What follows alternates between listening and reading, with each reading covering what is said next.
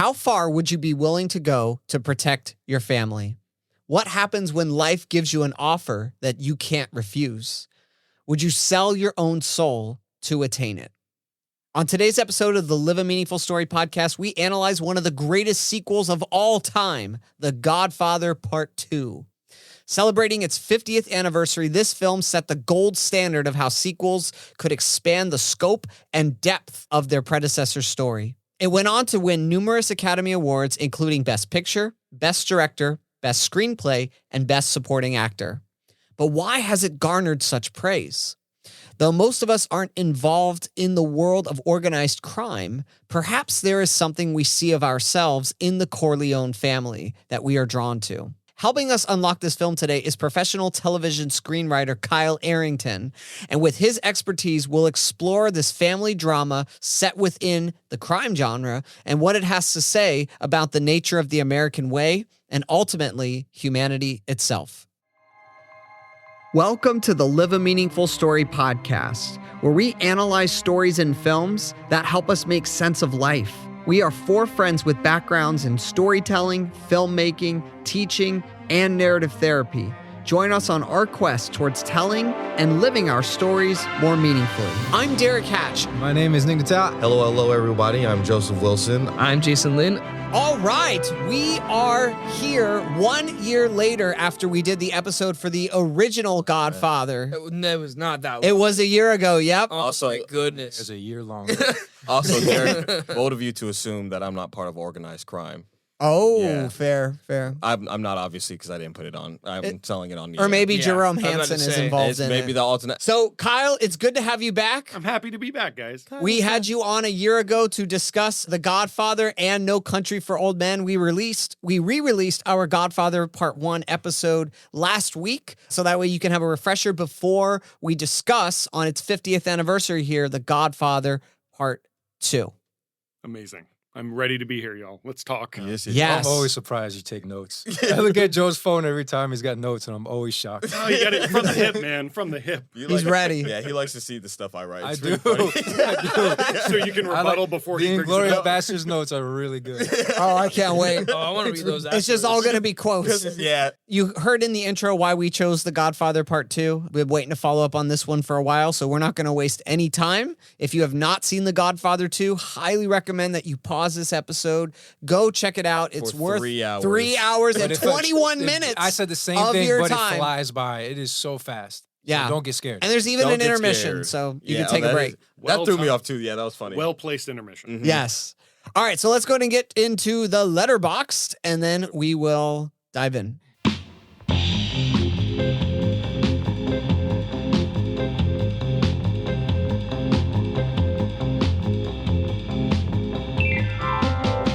The rise and fall of the Corleone Empire. In the continuing saga of the Corleone crime family, a young Vito Corleone grows up in Sicily and in 1910s New York. In the 1950s, Michael Corleone attempts to expand the family business into Las Vegas, Hollywood, and Cuba.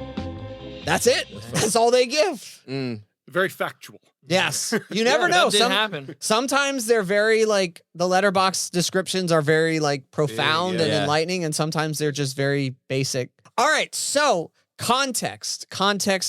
So Kyle, you are the only one of us who has actually written a screenplay that has actually been created into something. So if you guys don't know Kyle, he wrote and directed an amazing film called Dead Dad. That's right. An incredible story about grief. He's also, you've been on several television shows. And so we're going to kind of just take a journey through this story and we would love to hear your screenwriter, your input, your insights along the way here. Perfect. The first thing that I wanted to point out with The Godfather 2 is about context, about how context shapes us. And so we kind of have these dual twin narratives going. We've got Vito, who, I think we might agree is kind of the heart of that first film, that he really is the one that maybe we most connect to, as I think one of you guys said, maybe it was Nick or Kyle, that he is like the moral center. Yeah. That everything revolves around. And so, of course, when he's taken out, that center is gone.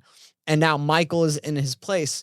But there's a very brilliant decision that Francis Ford Coppola makes to continue Michael's story, which, as far as I know, I don't think the book does that, right? It doesn't, at least not to the same extent with the same detail. So both the original author, what is it, Mario Puzo. Thank you. So he did write the veto sections, right? Because those are from the book. So that's his part of the screenplay. And Francis Ford Coppola's part is the new stuff with Michael. So that's a really cool collaboration right there between the original author and the filmmaker. Well, the original name of the book is Godfather Part II, The Death of Michael Corleone. And which interesting. is the storyline that, spoiler, gets pushed to Godfather Part 3. Oh. So this was, to your point, even more of a collaboration between Puzo and Coppola to create kind of like a bridge, because Coppola said that's moving too fast. There's more to tell here. Yeah. And so they slowed down and they told this story. And that spoiled it for me. I didn't know that's what happened in part 3. Death of Michael Corleone. Is part 3 worth watching? Yes. Really? People will crap on it, especially for Sofia Coppola's acting. But here's the thing, is that I've watched enough movies with non-actors that when I go back and see it, I'm like, she's not that bad. Yeah. Honestly, I would say I think that there's an actor in Inglourious Bastards that I think is significantly worse than Sofia Coppola. I can't wait. I think all of us are thinking the same way, to be honest. Yep. And so so for me, when people talk about like it's bad, I'm like, nah. Godfather Part 3 has some amazing elements. It is by far the weakest of the three. Of an amazing trilogy. So 1 year later, 1 year from now, we're coming back for. Might have to do part 3 to end it off, right? We'll have a trilogy, guys. Yeah. One thing that I want to point out here is that there's a big difference between Vito and Michael that the screenplay is really emphasizing. And I think it is comparing and contrasting them. And you're meant to kind of see this back and forth of, where they mix and how they differ and depart from each other. So I love with Vito, you've got that opening where he has to flee. Basically, his mother, his father, and his brother all die from this mob boss, Don Ciccio, right? Is that Ciccio? Chicho. That Don Ciccio. We need your help here, Nick, with some of these names. Gorlami. One more time for me. Dominic DeCaco. It's like perfect. So when he comes to Ellis Island, his family name is taken away from him by accident. And he becomes defined by his context, by Corleone, by where he's from. That emphasis there of immigrant coming to America, trying to adopt the American way. But the mafia way, the American way, the lines get really blurry there.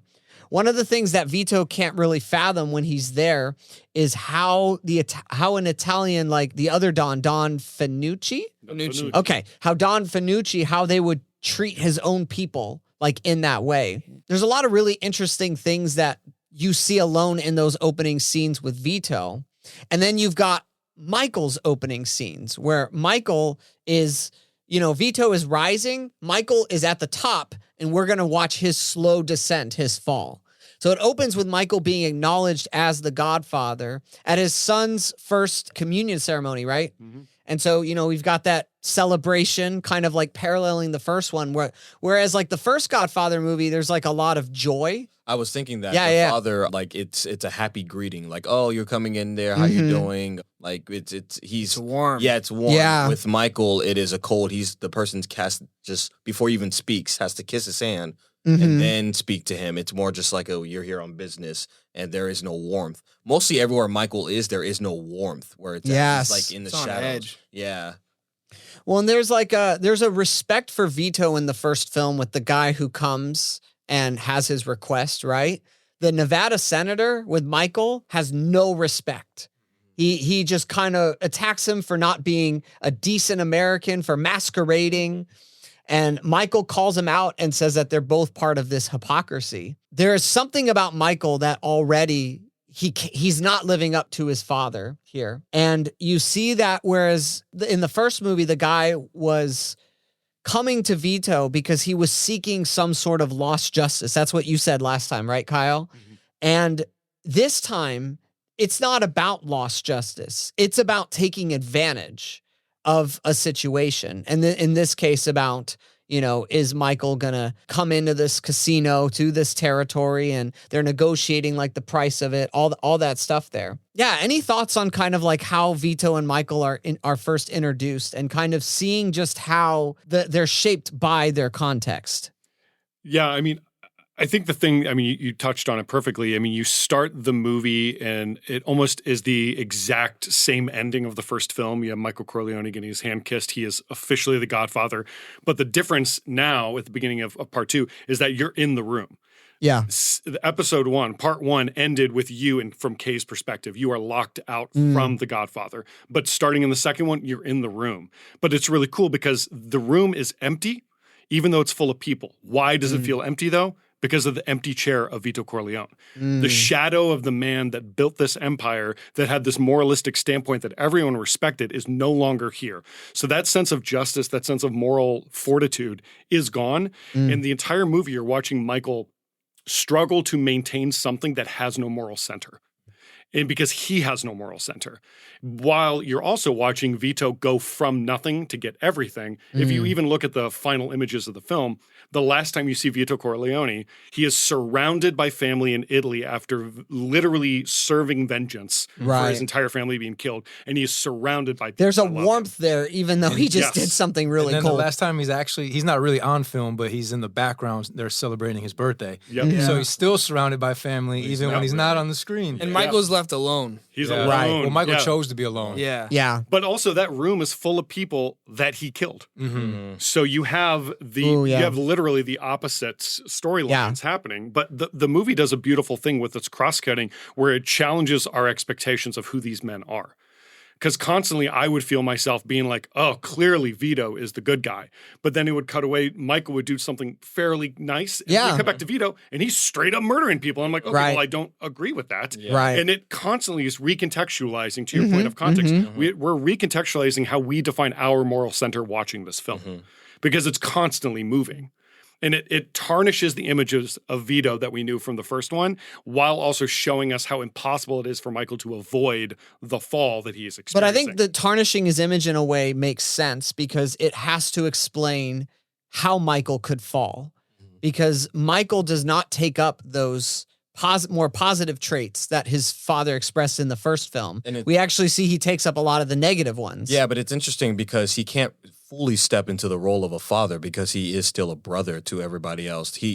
The way he's trying to step in it is not the way he can actually lead because he is missing that warmth that the father has, but that is a father loving his kids. Yes. He's still one of his kids. He's leading from being a brother. Exactly. Yeah. The younger brother. Yes, the youngest brother. That's a good point. It's even with that. It's kind of like a Joseph situation from the Bible. You have these brothers that are just like, oh, well, father favored you most, and now you're in charge, and he's going to give you this. And doesn't Fredo call him out on that at one point? Like, you're my younger brother, Mike. I can do things. Yes. Which, by the way, we'll get. Are we getting to that later? Yeah, we'll get to it later. I want to talk about We'll that. build to that. Okay. I have a lot to say about Fredo. Yeah, we'll get to Fredo. We'll kind of walk there. Well, he's also leading from, like, he's a soldier. Yes. Like, he was in World War II. Like, serious. So the way that he's climbed up, it's been through a different kind of mindset than how the game was played before. Because these guys are Americans, but from what I remember in the movie, like, the heads are not, soldiers in that same way. And he also is leading from as an Avenger too. Yeah. Like at the end of the last movie, having all the heads killed. Like, that's what he's coming in as. And Vito took out Fanucci, but it wasn't the same reason. Well, his sense of duty is confused. Yeah. Because, like, Vito did everything. That's the thing that's beautiful about the flashback is that you see that Vito does everything for his family. Everything. Everything. Fanucci getting killed is a protective measure for his way of life to provide for his family. In the neighborhood. Everyone. And he literally starts to systematically destroy people to protect his people. Well, because he's expanding the lines of what family is. Yep. It starts off with just his immediate household, but then he's kind of building a family through Clemenza and different people. And so he's trying to create a family, and he sees that those who stand against the family, and that's what he needs to take out. Yeah. But Michael, I would say he does the opposite, where instead of expanding his definition of family, it's narrowing more and more and more until it's only himself. Because he's got that soldier duty. I wouldn't even, no, it's not just narrowing it down. I think he's trying to contain it. Yeah. He's trying to withhold it. And I actually wrote my notes, and I'm going to bring this up now. It's kind of like how Tony was in Age of Ultron. I see Michael kind of how the journey that Tony was going through the Age of Ultron, which he's trying to control control what he has in the way of like manipulation, of withholding information, thinking he can do this on his own. So I was like, I literally thought of that as we were like talking about it, but he's paranoid too. Yes, he's literally paranoid about everything, where it's just like, who can I trust? But I guess with Tony, it's more the family.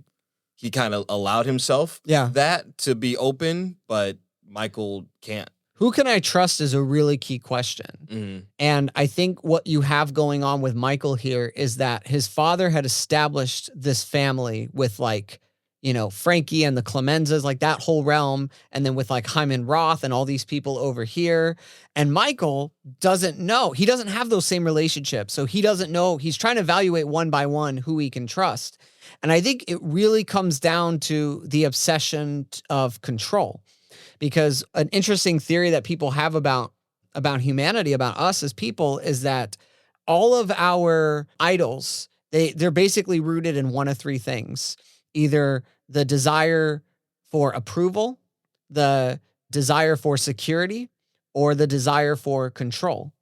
And so I think Vito acts a lot of the security, where whatever he does is to protect his family. But I think Michael is more bent on he has to control. He has to know that everything is in his control. You see that with Connie, that when his sister comes and says she wants to marry this guy and Connie wants money, and Michael's like, no, you're going to say this, you're going to do that.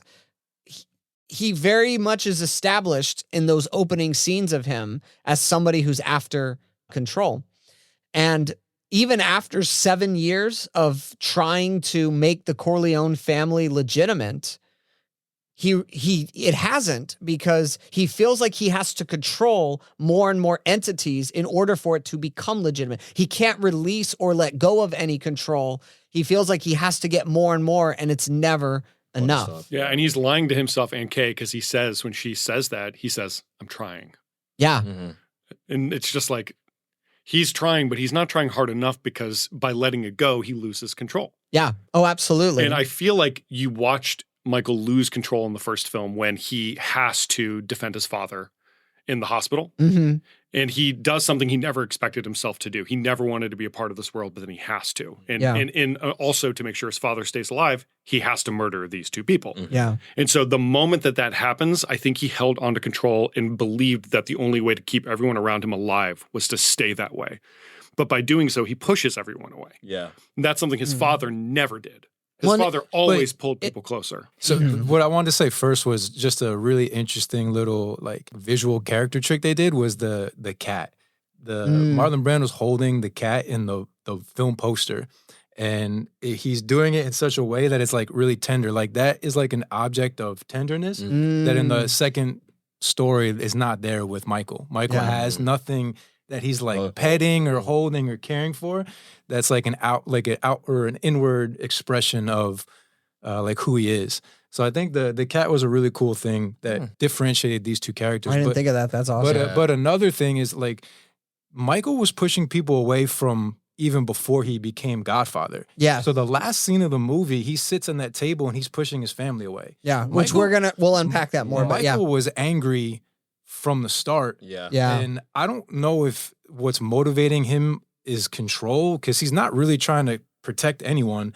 I think he hates everyone, and I think he hates himself. And I think the very last shot of the film, when he's just sitting there alone, he did not live the life he wanted to live. And the whole story is him not living the life that he actually wanted to live. Yeah. And every step of the way, he's trying to make a decision to fix it and fix it and fix it. And it's falling apart. That's really good too, because I didn't notice it until I watched it this last time, but in that final shot of him when he's older, he's got a little salt and pepper. He still has his wedding ring on.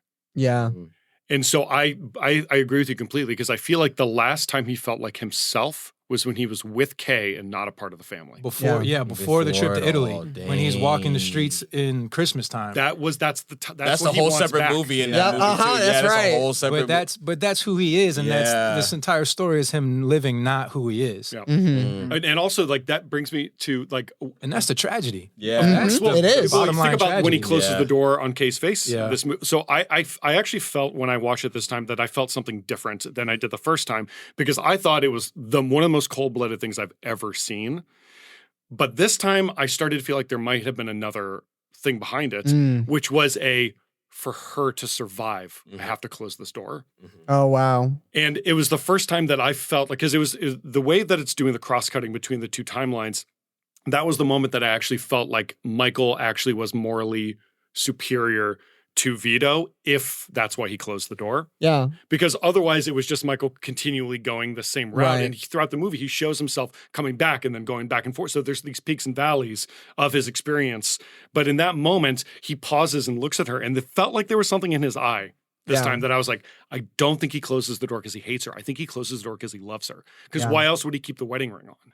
Yeah. She's alive because he closed that door. I definitely don't think Michael hates everyone. Yeah. I actually think that with Kay and his kids, I think that is what Michael wanted.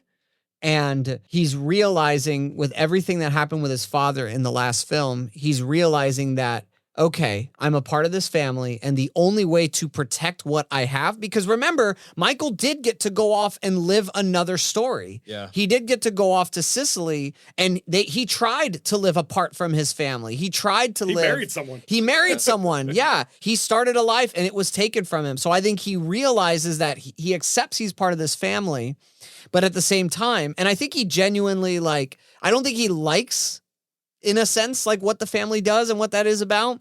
But I do think he's using that to try to protect the new family that he has now. Yeah, I don't know, because he also still didn't let her take the kids.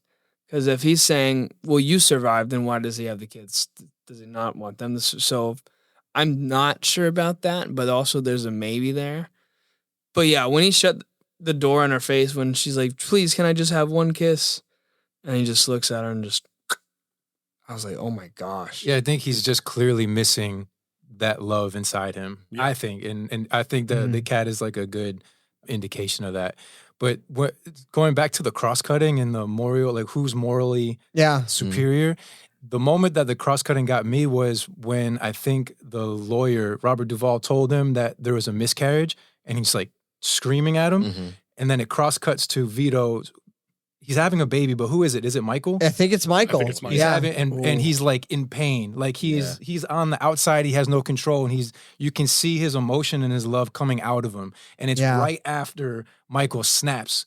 Michael, I was watching is like a snake the whole movie. He is so coiled so tightly, and then he pounces on people. Yeah. And he pounced on the lawyer, and then it cuts straight to Vito's heart breaking. Michael doesn't have a heart to break. Yeah. That's a good point too, man. That, and also if what Jason was talking about in his eyes, I think Michael's eyes, like if you focus on him in his eyes, Michael is literally like staring into everybody's soul. Michael, I feel like never blinks in this entire movie because he's just reading. He'll miss people. something if he Yes, blinks. yeah, exactly. And it's that smallest detail. That's why I feel like it's more of a control thing as well. He is always seeking out, like looking around, just wanting to look and make sure that you are telling me the truth. And I'm going to notice if you don't tell me the truth. When he kisses Fredo. Yeah, let's talk about Fredo now. Great segue there. Go ahead. What's he trying to control? He wants to control the aspect of, or what's he protecting by trying to control? He is trying to protect his family because again he still cares. He's just so. This is the irony of it all. He is watching everything, but he is so blind to what is going on in his family and the breaking apart. Like with his older brother, his wife having the miscarriage. That's why she was like, oh, Michael, you're so blind. Yeah. Like he's focused everywhere else but where he needs to be focused at. With I agree. His family. I agree. That's the irony of it. I think it turns. Sorry, you go ahead. I think it turns into him protecting himself because, like, as he narrows down the family, like who is he protecting now? Like, it's just him. I feel like it's a both and them because when he realizes that someone in his family has betrayed him, now it's like, okay, who is really family? And now I'm trying to at the end of the day, now I just can't. I can only protect myself and my kids, and I can't even trust my wife. Now. At the end, it's just he says it. He's like, when the Rosado brothers are trying to like flee and get away, and Hyman Roth is just basically almost dead and can't go anywhere, and he's telling Tom Hagen like, all right, well we're still gonna go after him. And he's like, what's the point? There's no point in this. Like, why? They're gone. He's like, I'd have to destroy my enemies. Yeah. That's it. That's all he cares about. It's also the same scene that at the end, kicks Tom out of the family. Yeah, which is what he'd even need to kill. I think we're jumping ahead a bit, though, because I think, like, there's a lot to get to where we're at right now. Hard. Yeah. And I think Fredo is a key piece that we haven't talked about That's yet. the older brother, right? So I want to, like, segue to that. So I think it's to Frankie he says this line when he's trying to figure out if it's Frankie or Hyman Roth that betrayed him, that put the hit on his family. He says to Frankie, keep your friends close, keep your enemies closer. Great. This is such a quotable movie here. With Fredo, he doesn't expect someone like Fredo to be his enemy. He doesn't expect that. I think he's genuinely shocked when he finds out, he's at the club, he meets Johnny Olaf, and then he hears Fredo slip. Yeah. Olaf, sorry. And Fredo lets it slip. Thank you, phone book. That's why I'm here. So Fredo lets it slip that he does know Johnny Olaf, even though he like legit lied to Michael's face One about of the best that. points of the movie too. Yeah. Because Johnny only knows places like this on the back of his hand. Yeah. And it's the eyes, huh? I was like stared at him. And then he points to the assassin and is just like, murder people. Yep. Gosh, man. And another great quote. I know it was you, Fredo. You broke my heart. The kiss. That moment is the reason I think it's better than the first one. But it's just so much more intimate. It dives so much deeper into these characters, and to get to those moments like that, that's heartbreaking. Like you can feel that. I mean, I think the first one's more of like I would kind of compare movies like it reaches very far across, like it's this huge expansive movie, but this one goes straight down. Yeah, I can see that. It goes really deep, and that moment is cool. Yeah, and you start to learn with both of them that I think one of the key things that Michael lacks, because I don't think he doesn't love his family. I think he does, but I think what he lacks is empathy. And I think like unlike his father. His father has empathy. The Godfather. Yeah, that's what I'm saying. But Michael doesn't have empathy. That's what I'm saying. Yeah, I'm saying Michael doesn't have Unlike his father who had empathy. Oh, yeah. So Michael has this conversation with because he's like, trying to get Fredo to come in the car, and Fredo's terrified and he runs, and Michael's like, I'm not going to do anything to him. And it's like, I wonder if like Michael is just lying every time he says he's not going to do anything to Fredo, or if he legit is conflicted, like he doesn't know what he's going to do with Fredo. And it's not until, he has the conversation with Fredo in the house, and that's when Fredo really lashes out at him, saying, "You're my younger brother, you're my kid brother." Yeah. And he's like, nobody takes you're gonna take care of me? Yeah, my kid brother. They were gonna get something from me. Which, by the way, my favorite part, how they did this, he's lying down. Yeah, he's sitting down in the chair that makes him. He's on the ground, helpless, screaming out up towards Michael. Yes, it is so in powerful. This rickety chair. You just send me out on errands. He's like paralyzed. While he's. He looks pathetic. Fredo do this, Fredo do that. In that one scene, he becomes such a great character because then it recontextualizes how you view him in the first film and up to this point. Because he is somebody that is not taken seriously. And he is somebody that there's something in it for me. But Michael can't see that. Michael can't connect with him in that moment. He has no attempt at having any empathy whatsoever for Fredo when that happens. And that's tragic because they have that public reconciliation after the mom dies, because they don't talk for a while. And then he comes and hugs, and you're like, oh my gosh, is this Michael's big character break? Like, is this where he finally is gonna open up? And that's not who he is. Because he gives a look to the assassin while hugging Fredo. Yeah. He's like, well, he's dead. It's not this character. Yeah, because he says, I never want to see you. I don't want you around. I want you to know if you visit mom. Like, I want to know a day in advance. You're not even a brother to me. You're not part of this family. He said, I don't want anything to happen to you while mom's alive. Yeah. He says it to the assassin. Oh, he says, I don't want anything to happen to Fredo while mom is alive. Right. Yeah. And So that just keep guy's an just eye on waiting. him. Because it And it's rains like, dead. and Michael, Yeah. and like, yeah, Like like Mom's obviously Michael is pissed that Fredo was involved in something, which we don't even know what to what degree he was That's- involved in that betrayal. Well, that's the thing I think is really interesting because I feel like it's very easy in watching this movie to feel badly for Fredo. Obviously, for all the stuff we're talking about, the way it's framed, the way he's John Cazale, by the way, phenomenal actor. While I understand all of the Fredo didn't deserve it, which I mean, I'm of two minds.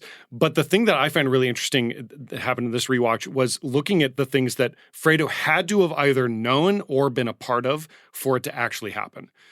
Because two assassins get in the compound at the beginning of the movie.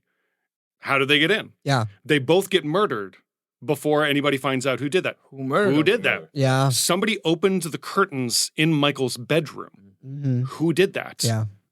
And for me, it's like, it's one of two things. Either Fredo did those things or he let someone who he knew was going to do them do those things. I think Yeah. Fredo knew a lot more than he admitted. Yeah. And I think so. Fredo didn't know how to deal with it because he wanted something for himself so badly. So he starts lying to himself. Yeah. It wasn't that bad. It wasn't that bad. It wasn't that. I wasn't going to actually let him die. He's lying to himself. Yeah. That's why he lies about not knowing Johnny Ola. That's why he says all that he says in that scene.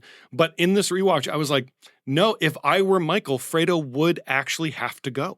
Because he either was too dumb to know what was happening or he is acting like he's too dumb to know what's happening. And either way, I can't trust Either him. way, it's dangerous. But he's smart. There's a scene that comes in the middle of all the Fredo drama that I think is really interesting. It's shortly after the intermission, and I think it may be the most humanizing moment Michael has in the whole movie. And it's when Michael confides in his mom about What should I do? losing his family. Yes. And his mom says to him, "You can never lose your family." And he says, "Times are changing." And that broke my heart to hear that, because I do think that there is something about him that is trying. This is why I think he legit doesn't know what to do with Fredo at first. And I think like the conversation with his mom is him trying to wrestle with the situation he's got himself in. And his mom is trying to assure him, like, you can never lose family. And I think it just shows that, I think that's the moment Michael realizes how far he's fallen. When he says that line, "Times are changing," I think he's realizing that he's losing his family.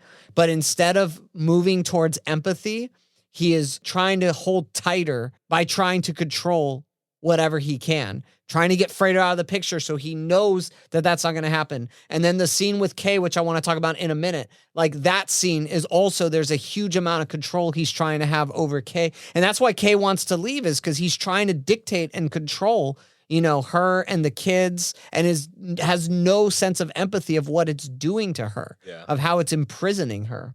So any other like thoughts on, because I want to kind of go through each of the layers of how Michael kind of descends and how he loses his soul. He forfeits it, right? So one, there's a phone call scene that Fredo's part of that I Johnny can't Ola. with Johnny Ola that I can't remember what was said, but I feel like, and you probably remember it better than I do, but I feel like that sheds a lot of light on how much he knew, how much he didn't. Yeah, because he says, "You lied to me."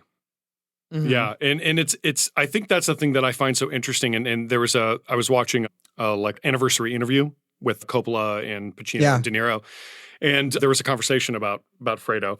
And one of the things is that like they don't actually have an answer because they think it's better to be formless and for you to make your decision as you're watching the movie. Because for me, I feel like it's two things. It's clearly Fredo didn't know everything that was going to happen, but I think he knew a lot more than he is admitting. Yeah. So what that fine line is, I don't know. But in the script, this was a cool little tidbit that I learned, and it was taken out before that scene was shot. He says, "You were just supposed to kidnap him." And that got taken out of the script. Interesting. To make it more vague. Ambiguous. Yeah. So I think that like that's, I mean, if you take away that, I think that that's what he thought was going to happen. And that would make sense for him to know that much. And to set let those somebody in things the up. gate to open, like, oh, all you got to do is do these things, Fredo. We're going to take him. And he's like, I'll get something for me, whatever. Yeah. I know, but it's just like, come on, bro. You're letting 2 armed guards in and having the windows open and stuff like that. Exactly. Yeah, they're just going to take the guy. Yeah. So, Man, but Kyle. But isn't that interesting, Joe? interesting. Is what you just said there? Isn't that interesting? Because Fredo has been kind of kept out of all the family affairs. So I think there's kind of like a lack of wisdom and discernment he has of how these things go.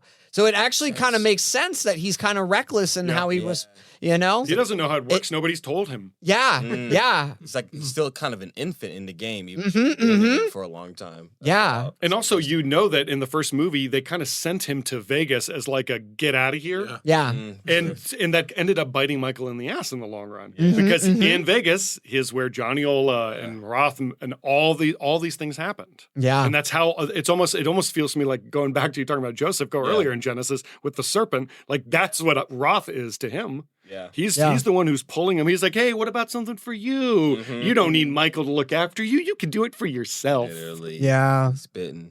Yeah. That's good. How about that boat scene? Oh, yeah. You know, this is probably even worse than the 5 families. Yeah. Is him taking out Fredo, Hyman Roth, by sending his own bodyguard, where he says there's always a way. And basically the bodyguard's like, okay, I got to die then. And I'm just like, dang, this is just harsh. And then who's the third one? With Tom and Frank. Oh my God. Freddy 5 Angels. Which I want to talk about that in a second. Good nickname. Yeah. So, oh my gosh. Yeah. You have Fredo thinking, oh, I'm going to go. Things are great. We're reconciled. Going to go fishing with my nephew. Saying says the Hail Mary. And they barely show the gun. Yeah. It's like just creeps onto it. Just the screen. creeps. Just for like this much of it. Great cutaway, great montage. Also, interestingly enough, they do that thing where the same way that you see Michael right after Fredo was killed is far away behind a pane of glass looking on to something. It's the same way we're introduced to Vito when he comes to New York City. Pane of glass, you have the Statue of Liberty on the other side of the glass. So it's this sense of like dreams that are either unattainable or are bigger or more cryptic, more impossible to hold. Because it's like the idea of the American dream is corrupted for Vito and the idea of family is corrupted for Michael. And it's an interesting parallel between the two in the window panes and the reflections in the glass. That's good. That's so good. It's as he's praying too. Yeah. Like he says, "Forgive us sinners," and then immediately gets shot. Well, it's kind of similar to the baptism scene, right? Like it's showing the kind of juxtaposition there. And I thought of this actually. So this might be a reach, but it might be something. So when Jesus is betrayed in the garden, and Judas comes and kisses him, Judas is the betrayer. Yeah. But it's flipped. Yeah. He goes and kisses his betrayer. He's the one who does it. Yeah. And instead of, Jesus didn't kill Judas. Judas when did that. Michael kills the one who betrays him. Yeah. Straight out. Yeah. Rejects any sort of forgiveness. That's a great way of pointing out his moral ambiguity, his lack of moral fortitude. Is that he, unlike, because also to go to Godfather Part 1, when Vito has the assassination attempt on him, what does he do? He goes to the meeting of the families and goes, I don't want a war. Yeah. I forgive you. I was going to say Vito would have forgave. He literally does forgive. Yeah, he would have forgave his son, but Michael could not forgive. And it's literally just Michael acts, but Michael acts like he puts the show on like his father would have done, though. Like that's the thing is he does act like he does forgive, and I think there is a sigh of relief in the whole family at that point. Yeah. Another piece we need to talk about is it might be my favorite scene in the whole movie, maybe, and that's the scene with him and Kay. I got to talk about this part. Oh, is that? Oh, yeah. An abortion, Michael. Isn't that at the end, though? Yeah. That's where we're near. Oh, we are? Wow. Okay. We zoomed through this one. We're on hour 3 right now. Yeah. That's fair. Yeah. So that scene when he comes home, and first of all, he sees Kay and doesn't even acknowledge her, and then Kay doesn't even acknowledge. That's already pretty cold right there.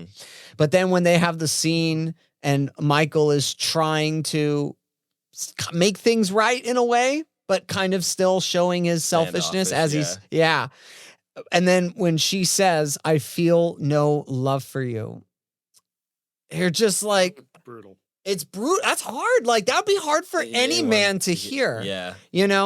And Jeez, bro. He hasn't felt any love for her either, so well, and that's the thing he is, can't feel that comment from her. I disagree. I disagree, and here's why.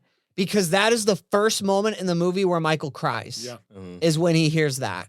So I do think he feels it. He has tears in his eyes. In the hotel room? When They're in the room? They're in the room, yeah. That's the rewatch it. first time he cries. That's the first time you see any emotion. His eyes go super wide. They well up. You think he's gonna just blow up. But that's when she tells him that she had an abortion. But before, no, And this, not that yet. moment is anger though. Not yet. We're not there yet, though. Not yet. He does it. This He is- does it twice. I missed He's that real So- buggy eye twice. Exactly. Yeah. So But he that gets. bug eye one is anger. Yeah. So the first time though, he's like what you said, Kyle. He's welling up, and this is what he says as his tears are welling up. He says, "I've learned that I have the strength to change." That I missed this part. That- that moment. See, that's why I think this movie's so complex with Michael. I don't think it's easy to just write off and say he's just this. I do think this is the last moment that he has his soul in a way. I think this is his soul leaking out of him, crying out and trying to say, it kind of comes out of left field. Like, I learned that I have the strength to change. I don't really know how he came to that conclusion. But he didn't change. He's still the same man. So And that's what that's what the next moment Yeah. proves. It proves that he doesn't have the strength to change. But I think in that moment he believes. I think he genuinely believes that he does in that moment, and the next moment confirms that he can't do it. Yeah. Right? So like this idea of forfeiting your soul, it starts with like that desire to want to be like God, to want to have control. Right? What are you gonna say, Nick? That the Adam and Eve. Hold on, let me finish this thought. Trying to like have that Adam and Eve desire to want to control, right? To be like God. Then it moves to that lack of compassion and empathy. And then it moves to this place here where Michael believes that he in and of himself can turn things around. There is no calling out to God or Christ. There's no recognition that he needs help. He believes and I think this is his flaw here. This is where I think like, even though there's something to what he's saying, there's emotion, but there's also a flaw here. And it's that I think he believes that he can change himself. And I think that's his downfall, because then Kay says our marriage is unholy and evil. And it was not you're so blind. It was not a miscarriage. It was an abortion. And that is the moment where Michael could have had that empathy. He could have broken down. He could have acknowledged this is all bigger than me. But nope, the tears in his eyes, they dry up and he hits her. Yeah. And that is the moment where I think he has forfeited his soul. Hold his hand completely. back type hit her too. Yes. I think this is the moment it's over. Yeah. Like there is no redemption possible for Michael Corleone in this film. That's what I got. One of the things I think is really cool about what you're saying too is that there's this really strong parallel in the film between Vito and Michael, where they're both actively amidst a revolution in their life. Vito is this guy of this David and Goliath story exists in three different sections of the movie. So you have Vito, who's just he meets a woman. He's just trying to be a dad. But then there's Don Fanucci. And the only way for him to overcome and to get what he needs and what he wants from this life is to have an active revolution against the mafia in this area and become it, right? And obviously you have that with Hyman Roth in Michael's story. It's interesting because in the Havana deal, every single one is on board with the Havana deal except for Michael. But Michael is on board until he sees the rebels. When he actually sees the rebels do the suicide bomb and kill someone, suddenly Michael sees something differently. And he calls it out on the rooftop. They can win. Exactly. And also one of the questions I ask myself is, why is Michael the only one of those men that can recognize a revolution? Because he's currently in one. Yeah. And that was the secret for him. And so I think that he sees himself as this warrior who's fighting against these massive powers that are bigger than him. And he has to push all these people to the side in order to win. Yeah. But once he wins, he looks and he's pushed everyone too far away to get them back. Yeah. That's And good. in that moment, I think is when he realizes, I messed up. Yeah. Yeah, well, he's like we said, he's a soldier. He's in war again, and that's also why he sees that and they don't. Yeah, because he's one of those guys. His staring may be a form of PTSD then, in a sense, just like he's Staring literally through the bush. just staring off and trying to control. Like that's wild. That's a good crazy. point. Or trying to plan and so when he has his I don't know why I was doing that. Good job, Joe. So when he has near the end of the movie, the last time we see Kay, as we met Jason, I think you mentioned earlier, it parallels the end of the first film where he shuts the door, he shuts her out. But this time it's much worse. First time he's shutting her out of the family business to try to protect her. The second time he's shutting her out of his life and access to his kids. Yeah. Which is wild. Okay, Jason, I know you've been waiting for this. We got to talk about the flashback scene, which might be my favorite scene. Which there's obviously a running joke here. I keep saying all these scenes are my favorite scene. This might really be my favorite scene. Is the dinner table crazy. The flashback scene. So yeah, Nick, you want to? No, I'm going first in this. Yeah. Let's talk about it. Well, I think I already spoke about it. The interesting thing is that he's pushing people away from the very start. He does not get up to greet his father, and I don't know why. That threw me off a little bit. It does show that there is a happier time for this family, that it's a little more innocent in a way than it is. But not for Michael. But not for Michael. Yeah, no. Not for Michael from the start. Yeah. He is from the start. I think you're right. I think from the start, there's something about him because it sounds like it's Pearl Harbor, maybe like the day of Vito's birthday, right? And so they're debating about that. And Vito obviously doesn't want them in war. Tom brings up that he pulled a lot of strings to make sure that he doesn't go off to war. And Michael, of course, has a different vision of what the American way is, where he believes that, he wants to go and he wants to fight for that. So Michael is a rebel at heart. From the start. Yeah, absolutely. Even what you're saying. So Black sheep. The first rebel is from his family. He rebels from his family. Yeah. He's in an entirely different movie until his father gets shot in the first Godfather. So the question that you have there, right, is that Michael, and it is ironic that Fredo is the only one who defends Michael at the table, which makes his even more tragic. Sonny, but Fredo kind of is like, he's got a kindness to him. There's a kindness. He fails as a mafia member. Yes. Yeah, but he's got this kindness that was never seen. Well, we also saw that's him why he's so tragic. with a baby with pneumonia. So like he was always the weak one. That was always what he was, and it makes us feel so bad. I'm about to cry now because like high key though, they're still like that family could have been a real family if they didn't choose to live in this lifestyle of just a cycle of death. Well, and you see that Michael is kind of the one who is kind of, it might be harsh to say, but he's kind of the one holding it all back, because when Vito does arrive, off screen, and they go and they're going to go wish him happy birthday, Michael stays behind. And there's now in that shot, you might know what I'm about to say, Kyle, but in that shot, they all go leave to go wish him happy birthday.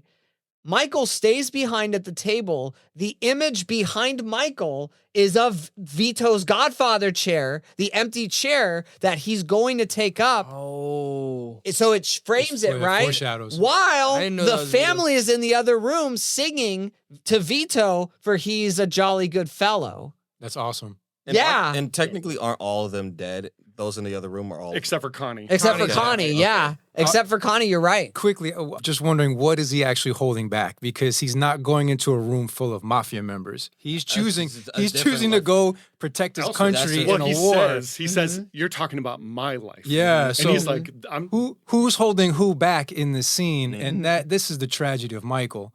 So there's a very key part of the conversation where they're saying, Father got you a deferment. He said, I didn't want it. He said, he's got big plans for you and for your future. That's right. Yeah. And he's like, you spoke to my father about my future. You spoke to my father about my future. I have my own plans for my future. Yeah. And I bet Fredo wishes he could be Michael in that moment. Yeah. But the thing is, after that, he separates himself from the family, and then we go back to his future, which is him alone. And so, he got what he wanted. He got what he wanted. Yes, I get, my family has plans for me, whatever, but what about mine? In and of itself, okay, but we see the future that Vito ended up in, surrounded by his family, praised by his family, and that his father wanted maybe in essence something like that for him. He did. He wanted him to go off to college. He got him it's not like the future he has for him is in the mafia. It's actually a good future. It's away from war. It's away from violence, away from fighting, and he chose. But he chose to come back into the family. He chose to come back into the mob.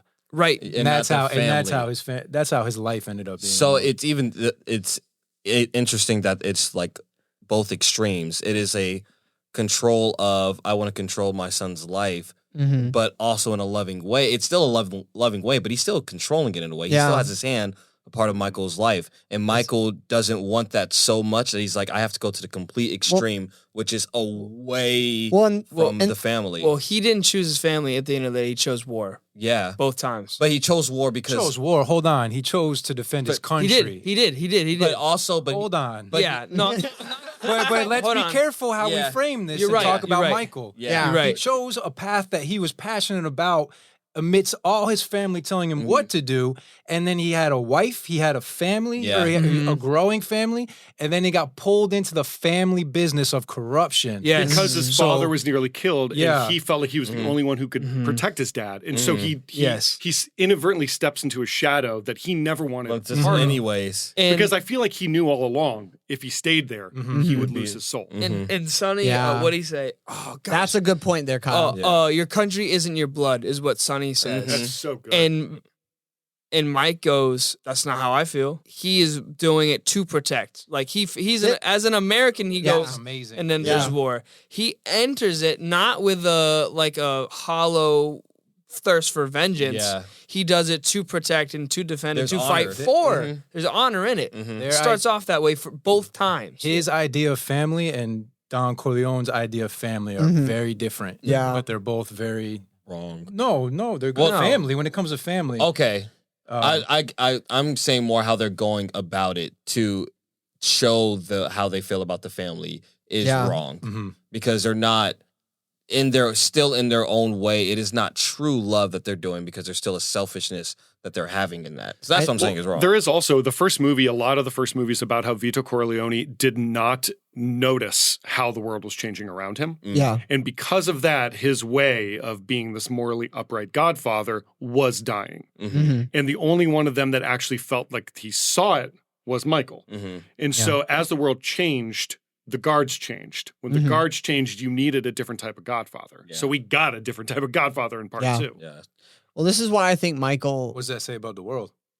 I think good question. I think the world pulls us down. I think it doesn't matter what our moral center is. I don't think it matters what our intentions are. The world will always find a way to pull us down. But you have two options. You have two ways to go out. You have the Vito Corleone way, which is in a vineyard with your family playing with your grandchild. Or you can go out by yourself alone like Michael. This really goes back to why Michael wants control, because his family was trying to control his destiny for him. And he would try to have these outlets where he, wanted to do something noble. He wanted to go fight for his country. Then he wanted to come back. He came back. Remember, when he is first introduced in the first movie, he is dressed in his military uniform at a wedding. He is proud of the path he chose. Of who he is. He is proud of who he is, yeah. And I can't get past the fact that in the first movie, we talked about it on that episode, but they're trying to take the family picture. And Don Corleone keeps saying, where's Michael? We need to wait for Michael to get in the picture. Awesome. And it parallels, the beginning of the first movie parallels the end of the second movie, where Michael does not show up either time to be when his dad is, And what breaks your heart is that the midpoint of the movie, right before the intermission, I believe, correct me if I'm wrong, you know what I'm talking about? What is it? It's Vito holding him. He says, I love you, Michael. And then it cuts to intermission. Yeah, it's like there's this deep tenderness that he has, and I don't want to say that Michael. Someone, he goes back and hugs Michael. No, Michael lacks it. He does. Say no, he lacks it. Yeah, he lacks it. Yeah. Also look what he does with his own kids. When he comes back, he says to Tom Hagen, "What did you get my son for his birthday?" So I can act like I did it. Yeah. I mean, that's the kind of he is a long distance father. That's what caused him to end up being alone and not in the vineyard, was that character trait. I agree. There's one thing I wanted to mention that I noticed this time. Yeah, and then we'll wrap it up. So Coppola does an amazing thing with colors throughout all of his movies. Oh my gosh, this is so It's amazing, The Godfather 2. Another reason why I think it's better than the first. I agree. And so, like, this is the first time that I noticed one specific detail with the color red. Obviously, red is always used for blood, murder, death, all those things. So the first time that Vito gets a taste of the criminal side of things is when he gets Carmenza's guns, returns it to him, and then Carmenza's like, I'm going to get you a rug. And so they go and they steal a rug. What color is that rug? Red. Blood red. Yeah. It fills his tiny apartment to the point that it's folded up, going up the walls. It doesn't even I didn't fit. notice that. That's It good. doesn't even fit. And who is sitting on the rug? Is it crying? Michael? No, it's Sonny. Oh, And he's makes sense. crying. And while he's crying, he falls face first onto the red rug. The next cut of that blood, the blood that has seeped into the Corleone household and is now being spread throughout time. The next scene is they're in Vegas. Johnny Ola is driving a car, and then a car with red panels starts following it. Who's in that red car? Michael. Is that the black one with the red panel? And the Black one with the red that car, panels. So literally from one shot to the other, the first time you see red in the Corleone household is when Carmenza helps him steal a rug. And then the next shot is the blood has transferred through time. The murder that is coming and seeping into the family is in Michael hunting Johnny Ola like a shark. Also, keep in mind, Michael's experiencing the sins of the father coming all the way down. Thank you for bringing that up. Yeah. It's a full-blown tragic figure in so many ways. Well, that is the whole tragedy of the Godfather saga, if you will, right? Is that while we root for Vito on the one hand to come to America and make this life, he ultimately, you know, despite his good characteristics, he makes a life that ultimately destroys his family. Yeah. So even though Michael is the worst person, maybe we could say morally, we still have to recognize that Vito is at fault for setting his family on this path. So there is this, it's this pain that Michael stays in this path. They all stay in this path. They can't break out.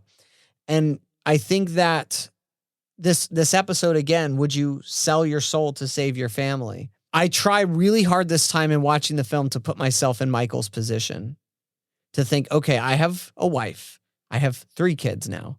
Okay, so how would I react if this was the circumstances I got myself in? You'd be a different kind of person that got you in those circumstances, though. Right. Yeah. But I think that you want to put your family first and you want to do the most and the best you can for them. But I think there's something higher. A lot of Jesus's teachings, I think that's what he's getting after, is like, you know, what does it profit a man to gain the whole world yet forfeit his very soul? Michael, in a sense, he gets the family he wanted. He gets control. He gets the 5 families taken out. He gets control. He gets the senator to do his bidding. He wins the court case. He gets Hyman Roth. Michael gets everything on paper that he wants. And yet at the end of the film, he is a fragile man alone who has forfeited his very soul. And that's where this movie cuts deep. So when I look at Italian culture and specifically through Italian movies, the family is such a, like, the idol. It's the top. It's the family is all that matters. And you said it, if you gain the world, you forfeit your soul. But I think of also when Jesus says, you know, if you can't say no to mother and father, yes, you thank can't you. follow me. And that's why Michael, in the beginning, he's trying. There it is. We knew it was coming. He's trying to say no to this idol of the family, and he does it, but it's so intertwined into his history and the decisions that he makes. He gets himself right back in it, and it literally kills him. Like it drains him. But the family in these Italian Goodfellas, The Godfather, A Bronx Tale, the family is like raised to a level that is not. It's the idol. Yeah, it's the idol. That was well put. That's good. Good. That's a good place to end on. And so it's going to be some dark episodes coming, just to warn you all. But again, what can we learn from it, and how can we learn to live a meaningful story? So join us next time. And until then, take care. Thank you for listening to the Live a Meaningful Story podcast, produced by All Things Narrative. If you'd like to learn more about our coaching, workshops, events, please check out allthingsnarrative.com. You can also follow us on Instagram, Facebook, and YouTube at All Things Narrative. If you enjoyed this episode, please consider subscribing and leaving us a 5-star review on Apple Podcasts, and tune in next time as we continue exploring the stories we love and the stories we live. Take care.